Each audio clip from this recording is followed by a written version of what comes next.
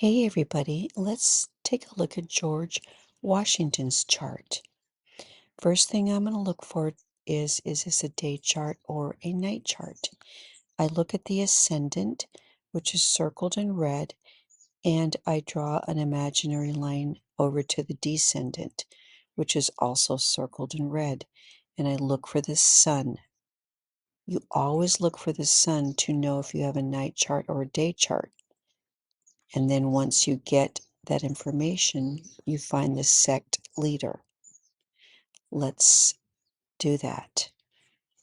The ascendant descendant line, the sun is above that line, so this is a day chart.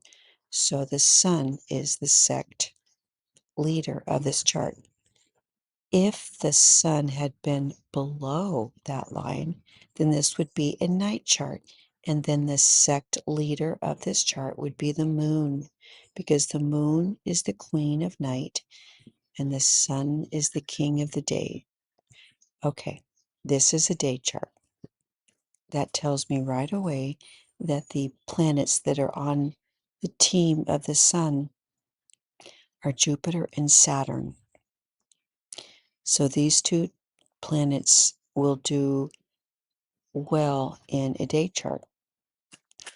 Well, we definitely need to know what are the planets that are going to be possibly problematic to Mr. George Washington, and that would be the planets that are not on Team Sun, the planets that are associated with Team Moon, which is Mars and Venus. Okay, let's find the sect leader and what house he is in. The sun.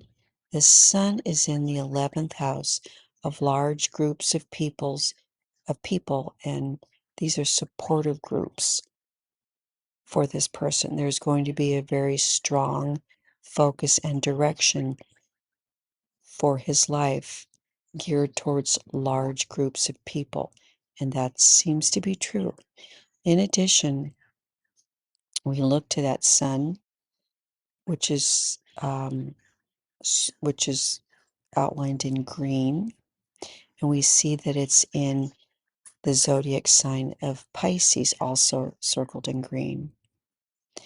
Pisces is a water sign, so the water element, which is the emotions, is going to cover the surface of the 11th house.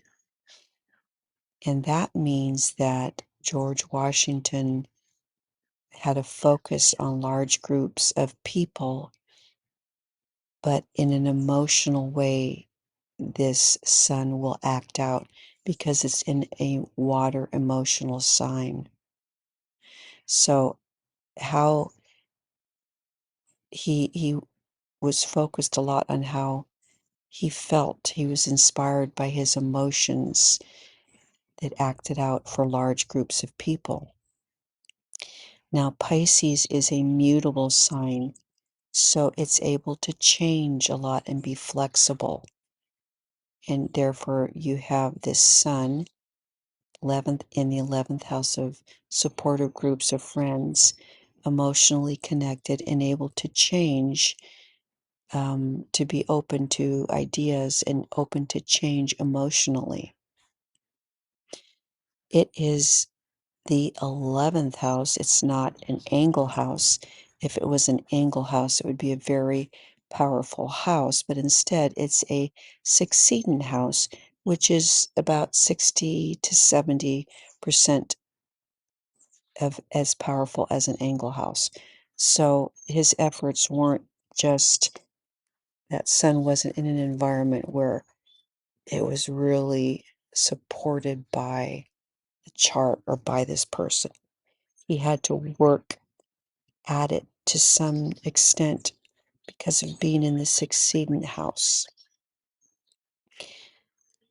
I can see that we have another planet in that house, which is Venus. Venus is the benefic out of sect, but it's still a benefic. And Venus is in the sign of Pisces. Venus is exalted in Pisces. So that Venus is in really good shape, and it's co-present with the Sun in the 11th house. So it influences the Sun with really good energy. It brings its significations, which for Venus, it's making right relationships, bringing people together for the benefit of the person. It's a very positive, beautiful, kind planet, and it's going to share its energy to blend in with that sun in the emotions of Pisces in a mutable, flexible environment at about 60 to 70% because it's a succeedant house. Now, if we look further, you see where I have yellow. Yellow is circled around the planet Mars. Mars is not the malefic of the sect. So this Mars, we know right off the top. Actually, you know what? No, I take that back. It's in the uh, terms and bounds of Saturn.